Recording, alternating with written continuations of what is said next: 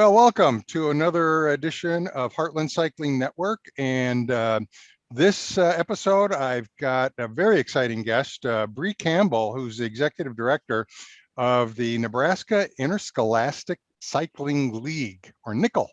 So, Bree, how long have you been in your current role? I took the role of league director just actually this past October, at the end of October of 2021. And before that, I served as the league's grit coordinator, which stands for Girls Riding Together. Oh, okay, cool. Very good. All right. And so what is NICL? What is the organization? Tell me what it's all about. Tell us. So NICL is short for Nebraska Interscholastic Cycling League. We are one of over 20 some leagues in the country, and we are a league within the National Interscholastic Cycling Association. And what we do essentially is we build strong minds, bodies, and characters through cycling. We're a youth development organization working with kids and using the bike as a tool for youth development. Okay, cool. Very nice. Okay. So as executive director, what are you actually doing with the organization? So a couple different things. One of the things I get to do is I get to lead a group of coaches as they work with the youth and they develop their teams and they grow their teams. I also work with I get to lead an amazing staff of volunteers that make the magic on the race weekends happen. And then I also just get to play bikes with kids and adults. So you have to be a cyclist in some fashion. So I think it helps a little bit, but yeah. You don't have to be a top performer, a racer to do this. So, but you've been riding bikes for a while, I take it. About 3 years, actually. I'm relatively new to mountain biking. Okay. Yeah. Well, a lot of people start out on a mountain bike, and if one of my previous guests had mentioned that really, if you want to get a bike, this is probably a good one to start with, is a mountain bike. Mm-hmm. So, and that's pretty true. Yeah, and there's all kinds of mountain bikes. Okay, you start talking about hardtail and all the suspension types that are out there. It gets really involved. Dropper posts. A lot of people probably go, "What's that?" Well, as you get involved in the sport, you probably figure a lot of those things out. So, let's see. Have you seen any roadblocks in terms of cycling in the Heartland with what you're doing? Couple of things. We're relatively new. Our organization, we just finished up our second official year, although it was we call it our inaugural year just because of we weren't able to do a whole lot because of COVID 2 years ago. So we're relatively new. So one of the roadblocks we have is just awareness, letting people know that we exist and what we can offer kids grades 6 through 12. And then also another roadblock is barriers, like a barrier to access to bikes, because even a quality entry-level mountain bike is still pretty pricey for some families to be able to afford. And then put on top of that, jersey, shorts, all the other equipment that is needed to maintain a bike, but also access to trails within neighborhoods. So access to off-surface or natural surface trails is also sort of a roadblock for a lot of kids. Oh, really? Okay. I know of a lot of different single track trails around here. I'm not, let's say, a mountain biker. I guess the closest bike that I would have that's now a mountain bike is my fat tire bike, but I've yet to take that out on single track. I've done gravel and dirt and rail trails with it, but not really anything else. It's just not what I like to do. But anyhow, what positive things do you see happening, let's say, in the next 6 to 12 months with regarding improvements for cycling and what you're talking about? So one of the things that NICA is committed to is inclusivity and making it a more equitable sport. And so, and lowering those levels or those barriers to access. So we're working with a lot of different Omaha area organizations, including Bike Walk Nebraska, and that's more in Nebraska, NICA at the national level, IMBA, and then also the Sherwood Foundation and a lot of other organizations in trying to get more off or more natural surface trails into more of those under-resourced areas like North Omaha and South Omaha, so that kids and adults have access to trails that are near them, and not necessarily outside of the city or on the outer limits of the city, because getting to a trail is also a barrier for a lot of kids to be able to ride and ride safely there. So that's something that we've been working on for the last couple of years. And I believe they're putting a new bike park at Mandan Park over. Where's that? I think it's off of 13th Street. It's Okay. headed in South Omaha. Okay. And so that's kind of one of the things we've been working on, is just lowering those levels or those barriers of access for kids, and then just growing. So we're expecting 100% growth between last year and this upcoming year. Okay. So. When you say 100%, how many kids are involved in So right now? This past year we had 104, and next year we hope to surpass 208. Good. I should say in 2022, which Yeah. is where we're at right now. Yeah. Okay, so you expect to double that. Okay, you said before that your organization is basically 6th grade to 12th grade. Is that correct?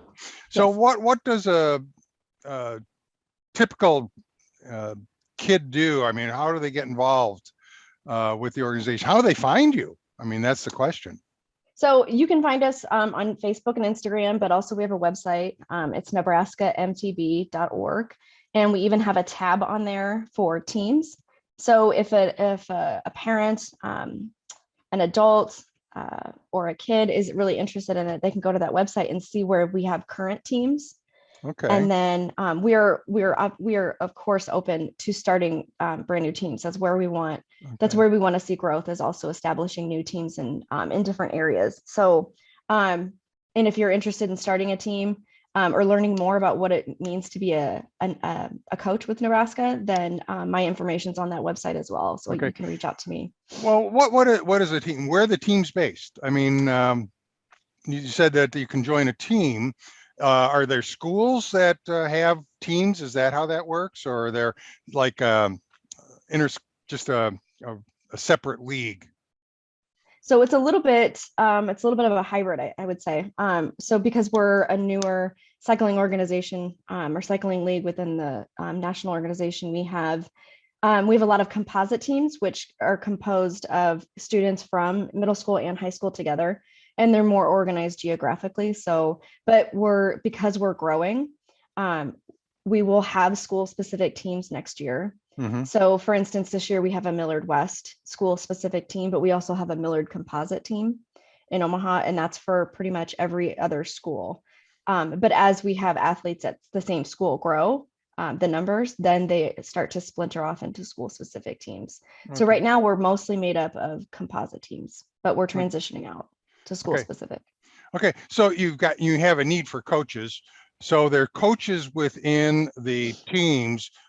In, let's say, like Millard West, there's a coach now. Does that mean that there's one of the teachers that's a coach, or is that basically just one of the parents of the kids that would take on that role? It can be a teacher. It can be. It does not have to be a school staff member in any sense. It's just that the fact that the kids go to that school. But it can be, but it doesn't need to be. So it can be, and oftentimes right now it's their parents or just community members who really enjoy and are passionate about coaching kids. I mean, are they getting the schools involved then, though? I mean, to at least promote the sport, promote the organization? It's been a little bit difficult to get into schools. And so that's kind of what we're working on, is just more awareness of what we can offer kids. And these aren't necessarily kids that have to be the top sport, the top athlete in their sport. There are no benches, like there is no bench, and there are no tryouts with NICL, with our league. And so we welcome any and all athletes or students. Okay, well, give me, let's say, or give us, let's say, a little sample of what would be a typical event for the organization. Our main events are races. So this upcoming season in 2022, we'll put on 4 mountain bike races. And then we also have other events that our grit program will run, fun rides, just gatherings for coaches to come together. But the main events are races. Okay, and where do you hold those races? You say there's 4 of them.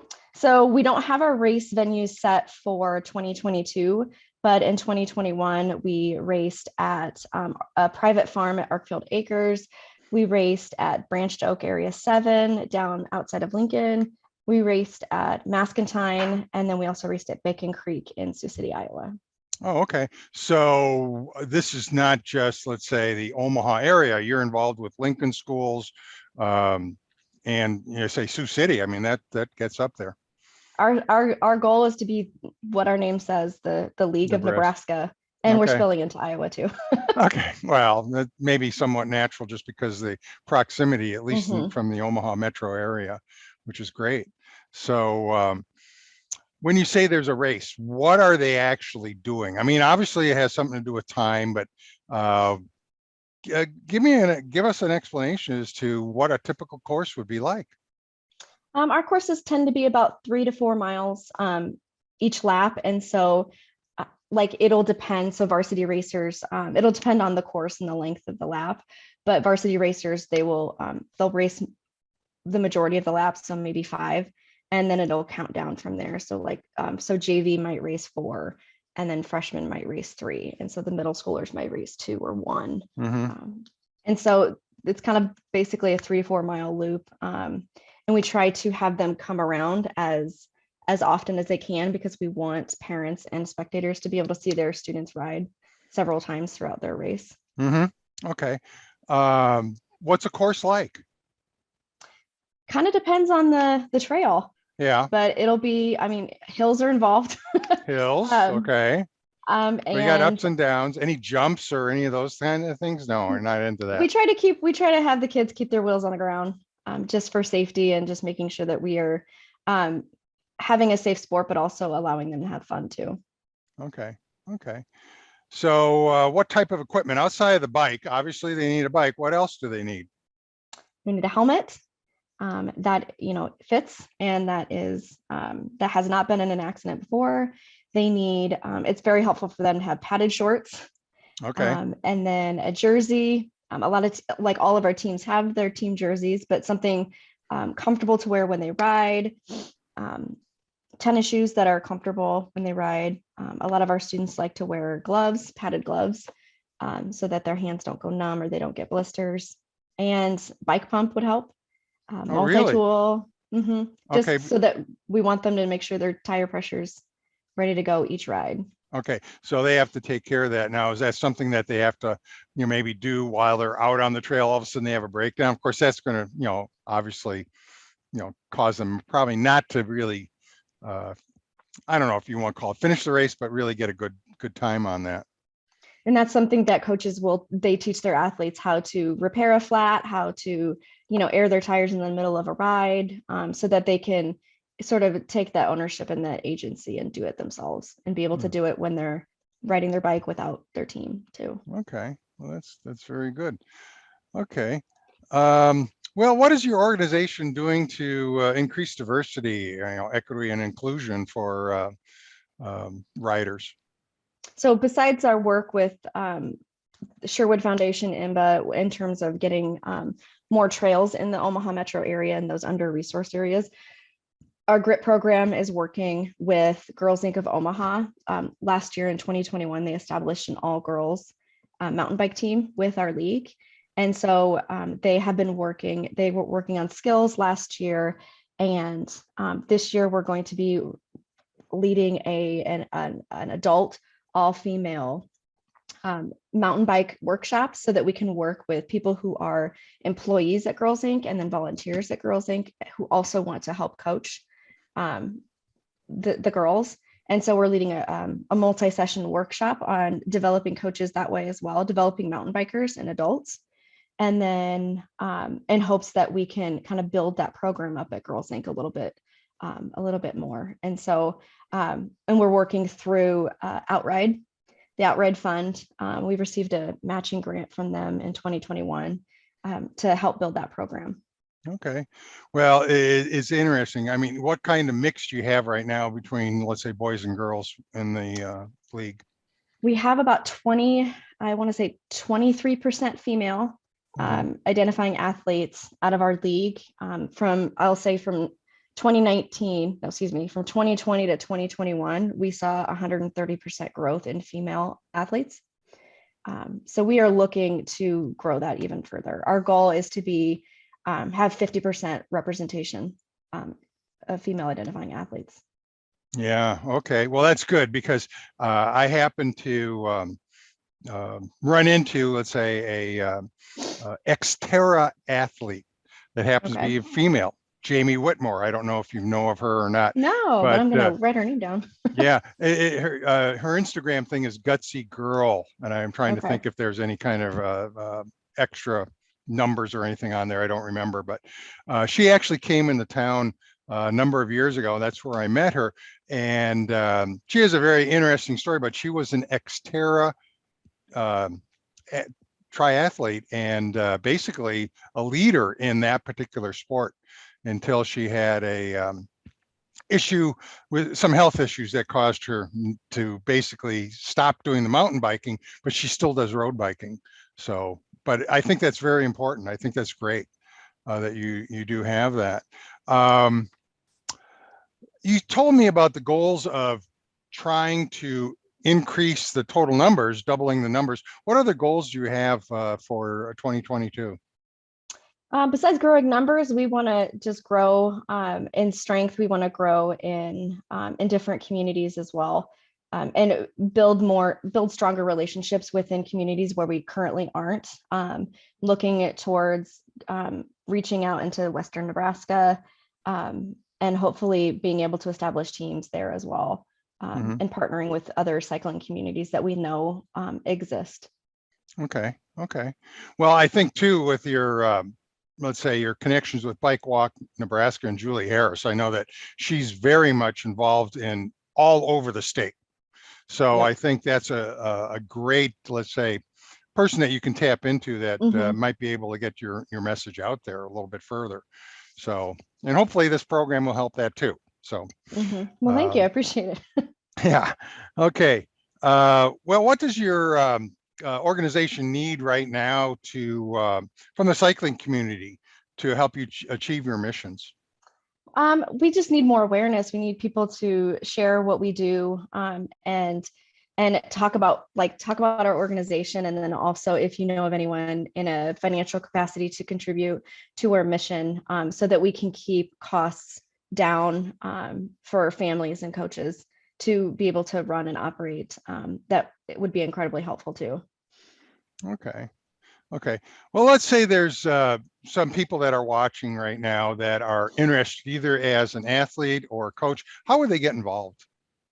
So to get involved, you can reach out to me directly via email, bree@nebraskamtb.org. That's BREE. You can go to our website and reach out there and learn more about our organization, learn more about the teams that we have or how to form a team. And then we also have a leader summit coming up in April, at the end of April. And that's where we gather our coaches and we train our coaches, and then we plan our race season. So. Okay. So when are the races actually held? You got a race season that's coming up. Obviously it's probably going to be in the nicer weather. Oh yeah. Not during the winter where you got a lot of snow, but let's say typically when you actually hold your events. So race season for us starts the last weekend of August. So August 28th, I think that's a Sunday. That's our first race. And then we race every other weekend. So we have 4 races starting the weekend of August 28th. Okay. So what does the organization do the rest of the year? So between Leader Summit in April and July 1st, our teams are forming. They're recruiting new athletes, recruiting new coaches. And then once July 1st starts, they can start having practices and start getting ready for the race season. Okay. Okay. So it would be best if they got involved with the organization in the April time slot so that they could actually take advantage of everything. Mm-hmm. So they'll have time to develop and learn, and but we are available anytime before then as well. So, but that doesn't mean that if somebody sort of finds out about your organization in the month of June, they can't join, or even if July or whatever, correct? Yep. Okay. We'll still have student athletes that will hear about the organization through a school, and join in August, because Okay. once school starts, but we try to ramp up the recruitment before then, but we still will have students join in August. Okay. Well, that sounds exciting. Mhm. Are there any other questions I should have asked that I haven't asked? Let's see. I stumped you. You did. You did. Okay. I think that's it. I gave you some questions, but I think that's about it. Yeah. Okay. Well, I think looking at my list here, I think we covered just about everything. I'll take and make sure that your links are on here, your website, your email Awesome. will all be on there so that we can take and promote that. Because we certainly want to take and see other cycling opportunities, because there's all different kinds that people can get involved with. So I think that's it. I mean, I really like the fact, I wish, in some ways, now that I ride myself quite a bit, that I wish I would have got involved in different cycling opportunities when I was younger. I wish they But, had them when I was younger. and Like I I didn't, think, I think that's why a lot of adults do this, is because we're trying to create what we wish we would have had as kids. yeah, yeah. I I mean, don't know it's how many not, times I've heard parents say, like, where was this when I was a kid? Like, yeah, yeah, yeah. So tell me some of the parks and the like that are around the area that people can actually go out and ride right now. so a lot of so in the winter or just Oh, anytime? anytime, anytime. Oh, so Tranquility seems to be a fun one, that a lot of people will ride, because it has a little bit of everything. So it has a lot of sort of cross country flat trail. For some of the newer riders, they're the ones that are just looking for more less technical stuff. They do have some technical aspects. They've got hills, and switchbacks and rocks, and so they do have not big rocks, because we're in Nebraska, but Hmm. um, but Tranquility is a favorite of student athletes. Also, Platte River State Park seems to be a favorite. Chalco, when the vegetation has died away, Okay, um, it tends to get a little overgrown, and especially with nettles. And so once the fall season hits and that stuff sort of dies away, then we'll have kids right out there. okay, Oxbow's a favorite. okay, okay.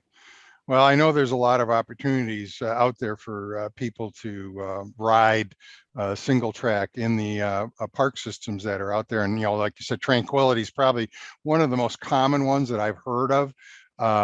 It's just a good place to start out. I think it's like 8 or 9 miles total, But 9 to 10. 9 to 10. Okay, Mm-hmm. 9 to 10 miles total. But you don't have to do the whole 9 to 10. I mean, it's just one No. of those things that people like to do, but it's probably one of the easier places to start out. Mm-hmm. Swanson's also a good sort of beginner place, and that's over in Bellevue, Okay. Okay. right off Cornhusker. Yeah. I've known some people that have actually gone up to Lewis and Clark, and I hear that's quite a climb. It is. I That's still have if a we'll go. rematch. I have a rematch with Lewis and Clark on Okay. the books, because I It, haven't been able to conquer it yet. it sounds like that is one of the mountains for mountain biking in the area. That's where you want to go if you want big swoopy hills. Okay. Okay. Um, Yeah. So where else would you find mountains in Nebraska, right? right? The bluffs. That's that's where you Yeah, gotta go. that's true. That's true. These are the only mountains Yeah, we have. the less hills. Yeah. Mm-hmm. So, okay. Well, I appreciate the time that you've provided, that you answered a lot of questions about NICL, the Nebraska Interscholastic Cycling League. I think it's really a great organization, one that a lot of kids can get involved with, and parents. And Mm-hmm. I think it's fun. Great exercise. I think cycling is one of those things that provides, you know, good exercise for everybody, Mm-hmm. cardio and otherwise. So I appreciate the time that you provided. Thank you. And I just want to make sure that all our viewers and people get out and look at the Nebraska MTB.com website. Okay. Yes. And just want to remind everybody to pedal on.